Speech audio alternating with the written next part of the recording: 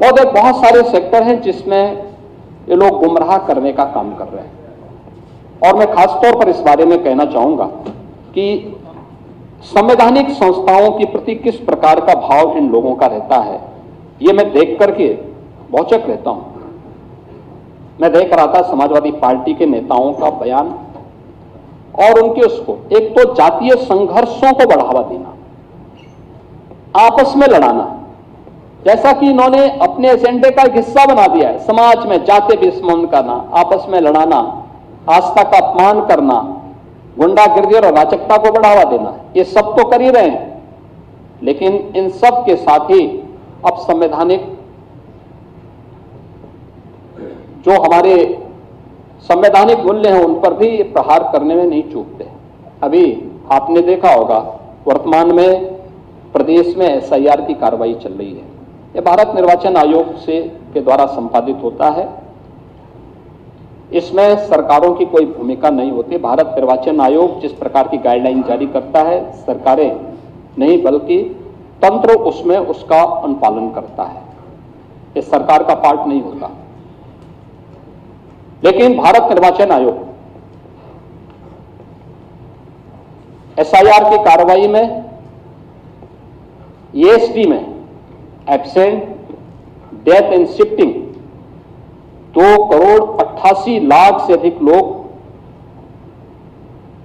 या तो अनुपस्थित पाए गए या मृत पाए गए या फिर शिफ्टिंग है। हमें आश्चर्य होता है कि समाजवादी पार्टी का ये वोट, समाजवादी पार्टी इसको जबरदस्ती अपना वोट बैंक बना करके इनके नाम पे फर्जी पोलिंग करती थी और इसीलिए चिल्ला रही है कि फॉर्म 7 के नाम पर फर्जी काम हो रहा है।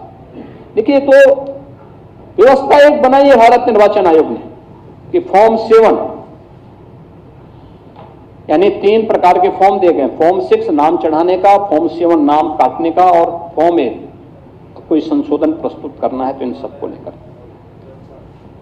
फॉर्म 6 हो, आपको प्रमाण देना पड़ेगा कि मैं यहां का मतदाता हूं। कोई नया मतदाता है, फॉर्म 6 भरेगा। फॉर्म 7 किसी को नाम कटवाना हो, किसी का नाम कटवाना हो, फॉर्म 7 आप भरिए। लेकिन अगर कोई व्यक्ति फॉर्म 7 भर रहा है तो जिसके नाम का भरा जा रहा है वह व्यक्ति, उसके लिए अगर वह व्यक्ति फिजिकली प्रेजेंट हो जाता है तो ये अपने आप फॉर्म कट जाता है। मैं नहीं समझ पा रहा हूं कि इसमें चिल्लाहट की कौन सी बात है और आरोप प्रत्यारोप की कौन सी बात है। और जिस तरीके से इनके पदाधिकारी और इनके कार्यकर्ता BLOs के साथ में इस पूरी प्रक्रिया के साथ जुड़े हुए लोगों के साथ दुर्व्यवहार कर रहे हैं, मारपीट कर रहे हैं, ये शोभा नहीं देता है।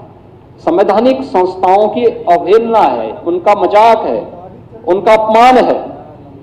और मुझे लगता है कि अगर हम भारत के संविधान की शपथ खाते हैं तो संवैधानिक संस्थाओं के प्रति सम्मान का भाव भी हमारे मन में होना चाहिए।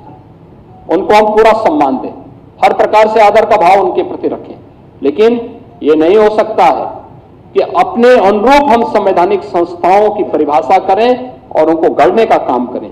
ये कतई और किसी भी स्थिति में स्वीकार्य नहीं हो सकता है। और इसीलिए मैं समाजवादी पार्टी से कहूंगा, क्योंकि यहां पे विधान परिषद में मुख्य प्रतिपक्षी पार्टी के नाते उनको कम से कम कांग्रेस से सबक सीखना चाहिए।